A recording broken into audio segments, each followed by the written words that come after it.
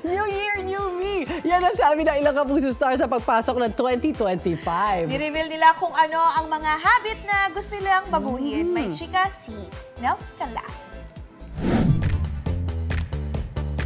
Sa pagsapit ng 2025, hindi lang taon ang magpapalit.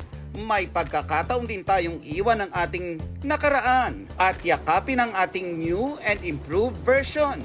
Kanya-kanyang assessment ang ilang Kapuso Stars kung ano ang iiwan nila sa 2024. My past self.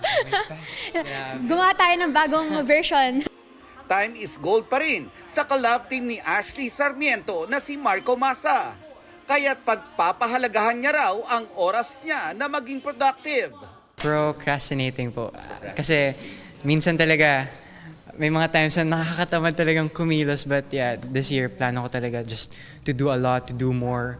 Nag-spill naman ang prinsesa ng CTJ Love Team na sina Sofia Pablo at Allen Ansay kung ano ang dapat baguhin ng isa't isa sa pagpasok ng taon. Dapat iwan niya yung, pwede naman malate kahit 10 minutes. Hindi pagkain ng gulay. Last year mo pa yung pinangako. Para kay First Lady of Primetime Sanya Lopez at Sparkle Star Isabel Ortega, health is wealth, kaya't may mga bagay silang babaguhin ngayong taon. Eating more?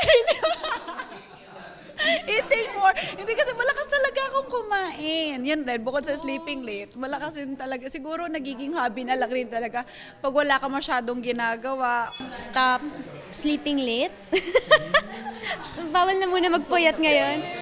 Maliit man o malaki ang pinaplano nating pagbabago sa ating sarili sa pagpasok ng taon. Mahalaga na bawat isa sa plano natin ay para mapabuti ang ating sarili at ang iba.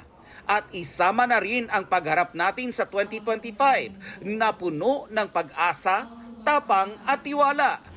That the best is yet to come. Happy New Year mga kapuso! Ito ang unang balita. Nelson Canlas para sa GMA Integrated News. Gusto mo bang mauna sa mga balita? Mag-subscribe na sa GMA Integrated News sa YouTube at tumutok sa unang balita.